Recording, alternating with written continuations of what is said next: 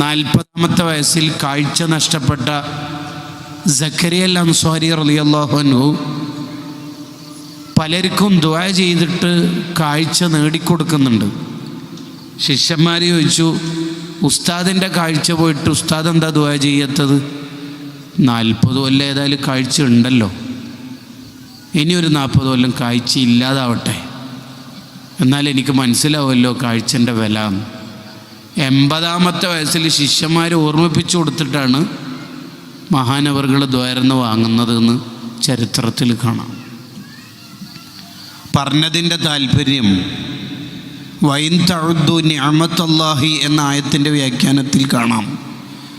അള്ളാഹു നമുക്ക് നൽകിയ ഒരു നിഅമത്ത്, അതിൻ്റെ വില മനസ്സിലാക്കാൻ തന്നെ നമ്മൾ ജീവിതകാലം മുഴുവൻ പണിയെടുത്താലും കഴിയൂല.